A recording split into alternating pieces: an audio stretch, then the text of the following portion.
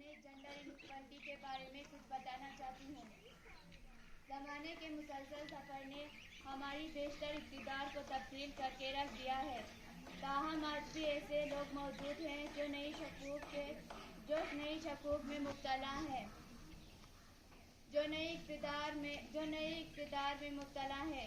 جاگیردارانہ نظام نے ایسی ذہنیت کو جنم دیا ہے جس کے لیے معاشرتی تبدیلیوں میں سمجھوتہ کرنا محال ہے۔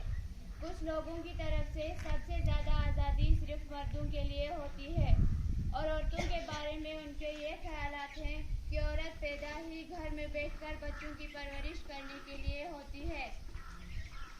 عورتوں کی تعلیم کو لے کر مختلف جماعتوں کے لوگ مختلف اظہارات کا خیال رکھتے ہیں۔ اول تو وہ جماعت ہے جو یہ کہتی ہے کہ عورتوں کو تعلیم دینے کی ضرورت ہی نہیں ہے، ان کا فرض گھر کا کام سنبھالنا ہے۔ یہ وہ جماعت ہے جو تعلیم نسواں کے نام سے ہی ناک چڑھاتی ہے۔ ان کا خیال یہ ہے کہ عورتوں کو تعلیم دینے سے ان کے چال و چلن بگڑ جاتے ہیں اور وہ مردوں کی برابری کرنے کا دعویٰ بھی کرتی ہیں۔ دوسری جماعت یہ ہے جو یہ کہتی ہے کہ عورتوں کی زندگی گھر کے اندر ہی بسر ہونی چاہیے اور ان کی تعلیم کا تعلق ان کے گھریلو معاملوں سے ہونا چاہیے، اور اکثر لوگوں کی یہ رائے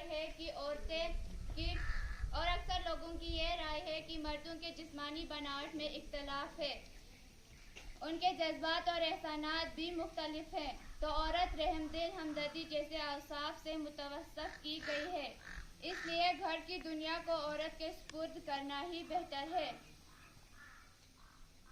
لیکن اصل میں خدا نے دل و دماغ اور دیگر اعضاء میں مرد اور عورت دونوں کو یکساں بنایا ہے، اسی لیے دونوں کی تعلیم بھی برابر ہونی چاہیے۔ اگر مرد اسمبلیوں میں جاتے ہیں تو عورت کو بھی یہ حق ہے۔ ہماری کانسٹیٹیوشن میں آرٹیکل 243 کے تحت عورتوں کو 33% ریزرویشنز دی گئی ہیں۔ ہمارے کانسٹیٹیوشن میں آرٹیکل 14 رائٹ ٹو ایکوالٹی دیا گیا ہے، جس میں یہ کہا گیا ہے کہ ہر ایک انسان برابر ہے، چاہے وہ مرد ہو، عورت ہو، امیر ہو، غریب ہو، سکھ ہو، عیسائی ہو، ہندو ہو یا مسلم ہو۔ پنڈت نہرو نے ہندوستان کی نسبت بالکل صحیح کہا کہ آدھی آبادی یعنی عورتوں کو صحیح قسم کی تعلیم اور آزادی سے محروم رکھنا ملک کی ترقی کی راہ کی رکاوٹ ہے۔